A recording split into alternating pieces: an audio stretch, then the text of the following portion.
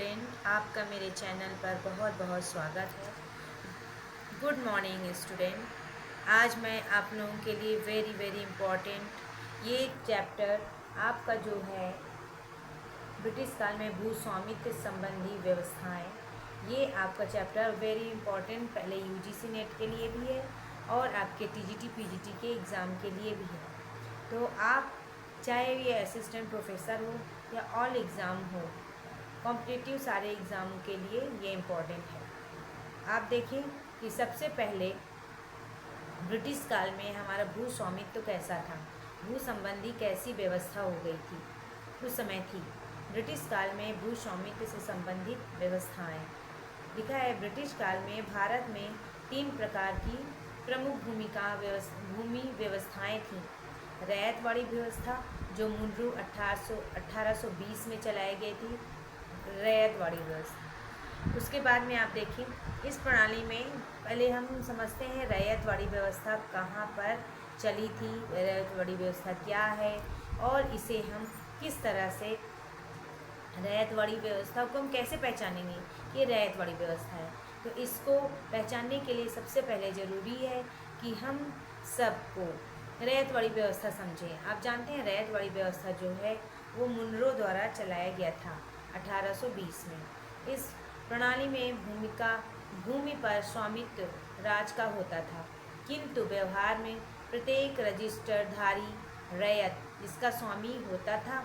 जब वह भूमि पर राज्य को नियमित रूप से कर देता था तो उसे बेदखल नहीं किया जा सकता था। जब वो कर देता था तो उसे बेदखल नहीं किया जा सकता था और उसको भूमि को काम में लेने और उसे बेचने, हस्तांतरित करने और किसी अन्य प्रकार के उपयोग में लाने का अधिकार होता था। भूमि पर मालगुजारी का निर्धारण राज्य द्वारा किया जाता था, यानी मालगुजारी जो कर होता है उसका निर्धारण होता था गवर्नमेंट के द्वारा। 33% भू स्वामित्व लिया जाता था। आप देखें कि भारत कहाँ पर लिया जाता था, ये भारत में मद्रास और मुंबई में रैयतवाड़ी व्यवस्था मद्रास और मुंबई में लिया जाता था।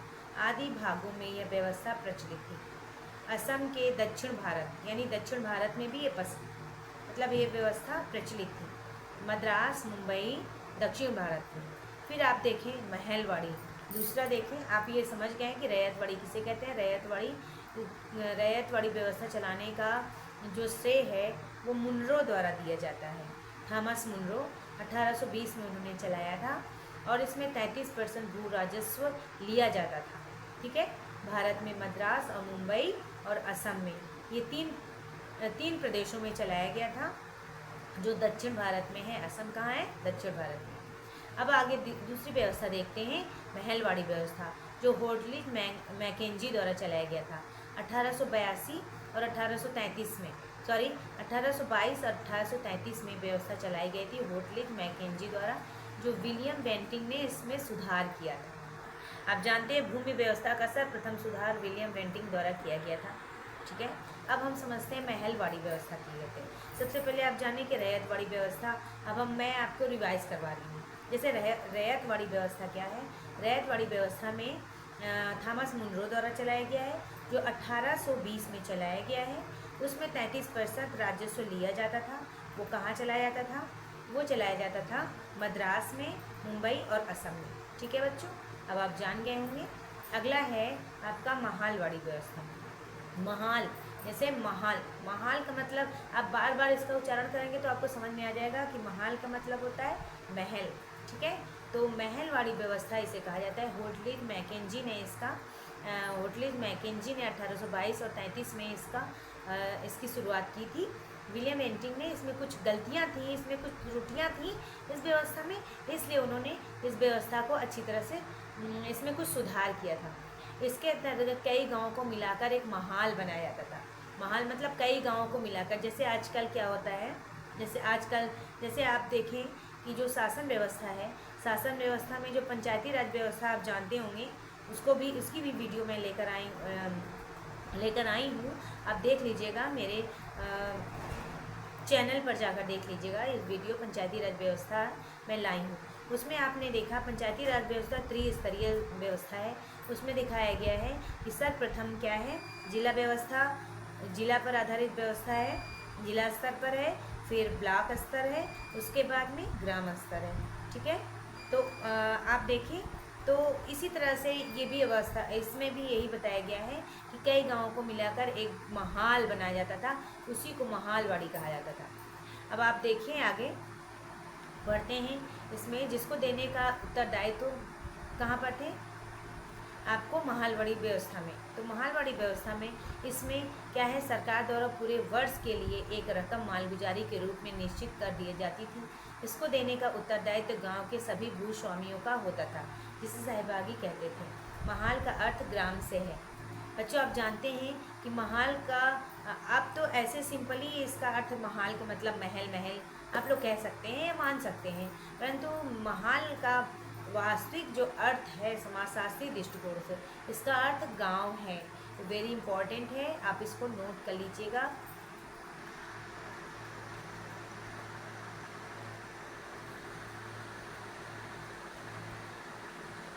आप इसको नोट कर लीजिएगा बच्चों, महाल।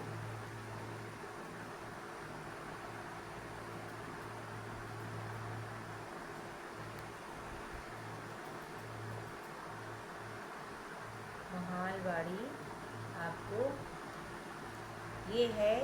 महाल का अर्थ क्या है,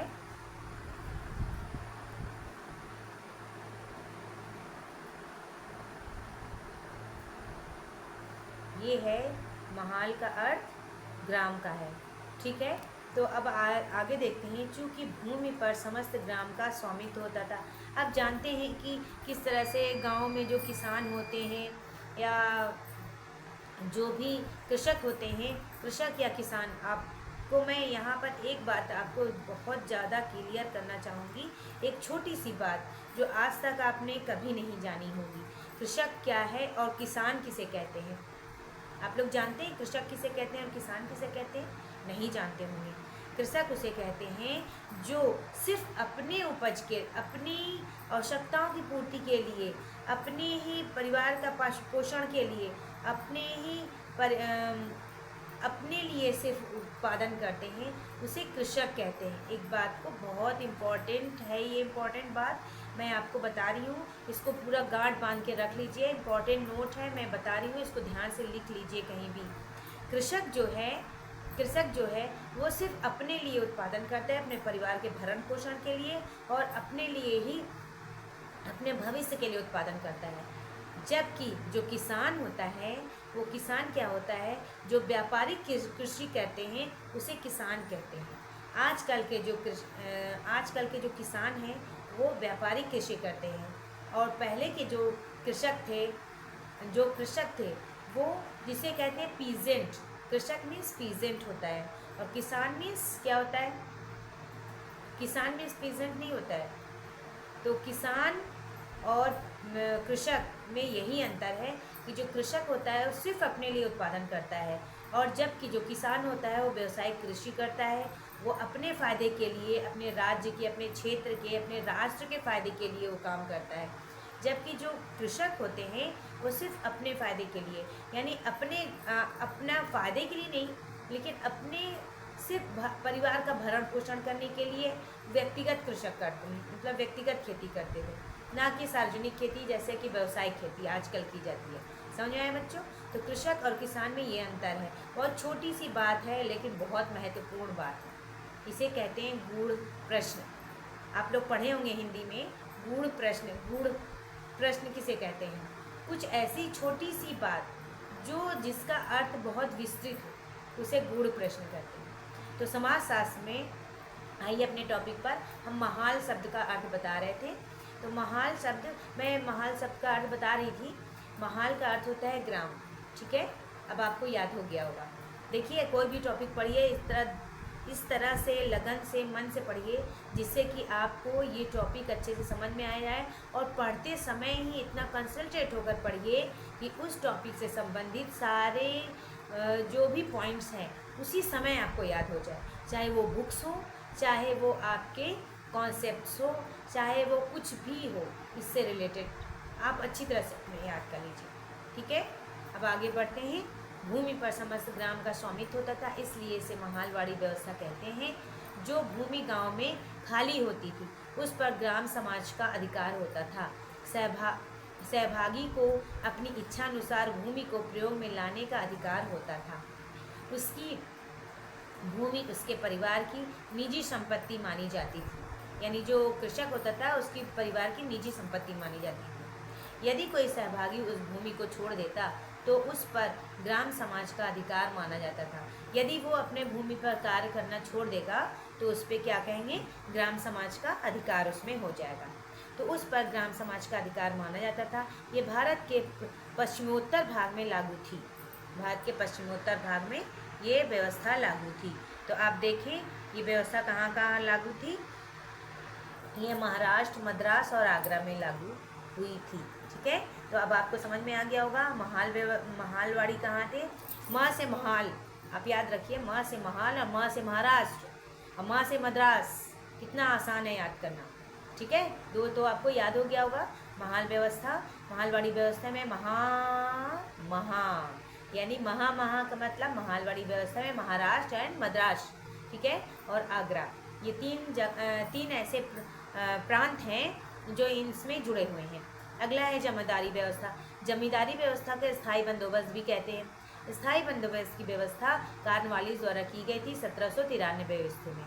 ठीक है, तो जमींदारी व्यवस्था में जमींदार को भी भूमि का स्वामित्व माना जाता था। जो जमींदार होते थे, मतलब कई जमीनों के स्वामी जिसको कहा जाता था, उसको जमींदार कहते हैं। ठीक है, तो भूमि संबंधी सभी अधिकार उसी के पास हुआ करते थे।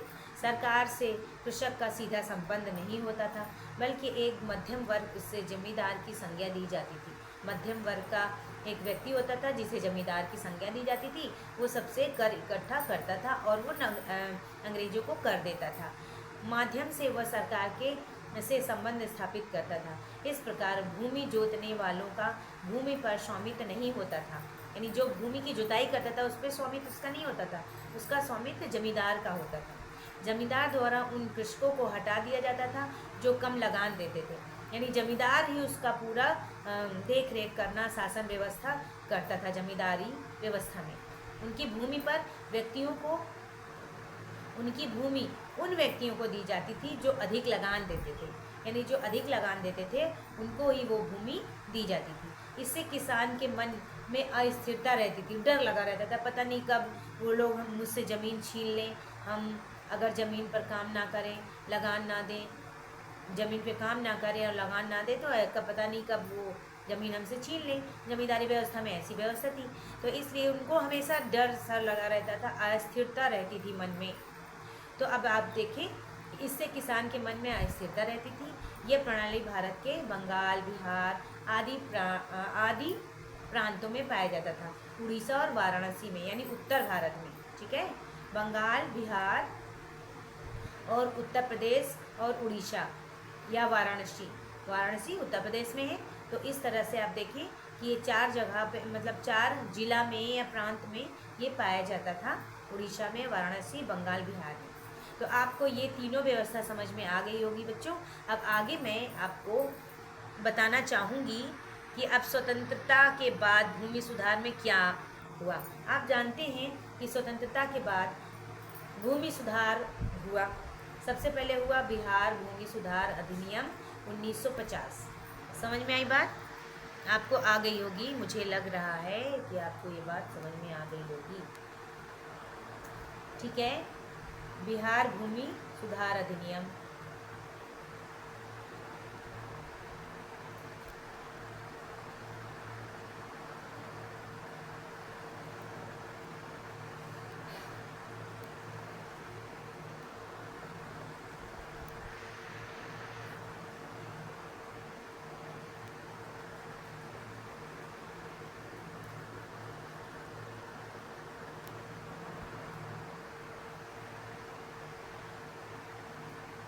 सर्वप्रथम बिहार में ही, देखिए पेन ठीक से नहीं चल रहा, आप नोट करिएगा। बिहार में 1950 में सर्वप्रथम भूमि सुधार आंदोलन किया गया।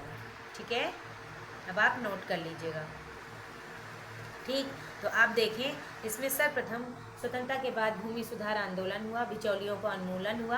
आप ये विस्तृत पढ़ लीजिएगा, इसको अच्छी तरह से समझ लीजिएगा। बिचौलियों का उन्मूलन हुआ, संपूर्ण भारत में रैयतवाड़ी, महालवाड़ी, जमींदारी प्रथा का उन्मूलन, यानी स्वतंत्रता के बाद भूमि सुधार के जो तीनों व्यवस्थाएं थी, रैयतवाड़ी, महालवाड़ी, जमींदारी व्यवस्था, इन तीनों व्यवस्थाओं को समाप्त कर दिया गया। ठीक है, क्योंकि इन बिचौलियों के द्वारा किसानों का शोषण किया जाता था। देखिए, आप जानते हैं कि शुरू से ही किसानों का शोषण किया जाता है। हमेशा जो ताकतवर व्यक्ति होता है वह कमज़ोरों को शोषण करता है। आप अच्छी तरह जानते हैं ये जो शोषणकारी व्यवस्था है वो अभी तक समाप्त नहीं हुई है बच्चों, क्योंकि अभी भी इतना प्रोग्रेस हो गया है, इतनी टेक्नोलॉजी आ गई है, सूचना व्यवस्था यानी सूचना समाज में हम लोग आ गए, उत्तर आधुनिक समाज में आ गए, सूचना के समाज में आ गए। फिर भी आज भी ये व्यवस्था आज भी आप देखने को पाएंगे, चाहे ग्राम एरिया हो, कोई भी एरिया हो, ग्रामीण क्षेत्र हो या शहरी एरिया हो, हमेशा आप देखें कि कमज़ोरों को दबाया जाता है ताकतवरों के द्वारा। तो ठीक है, तो आइए अपने टॉपिक पे। मैं ऐसे उदाहरण आपको दे रही थी कि आज भी ये व्यवस्था लागू है।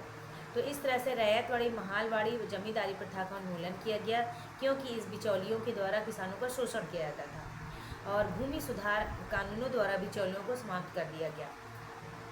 ठीक है, अब मैं आपसे ये कहना चाहूँगी कि आप मेरे चैनल पर आए हैं और पढ़ रहे हैं, अवश्य ही मेरे चैनल को देख रहे होंगे, तो कृपया करके मेरे चैनल को सब्सक्राइब करिएगा बच्चों, लाइक करिएगा, और मेरे चैनल को अपने दोस्तों तक शेयर करिएगा।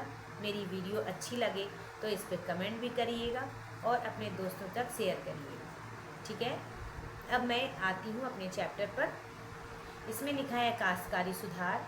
काश्तकारी सुधार में व्यवस्था की गई है, कृषक योग्य भूमि पर स्वयं खेती न करके किसी अन्य व्यक्ति को अपनी भूमि पर खेती करने के लिए किराया देने की व्यवस्था कर देता था।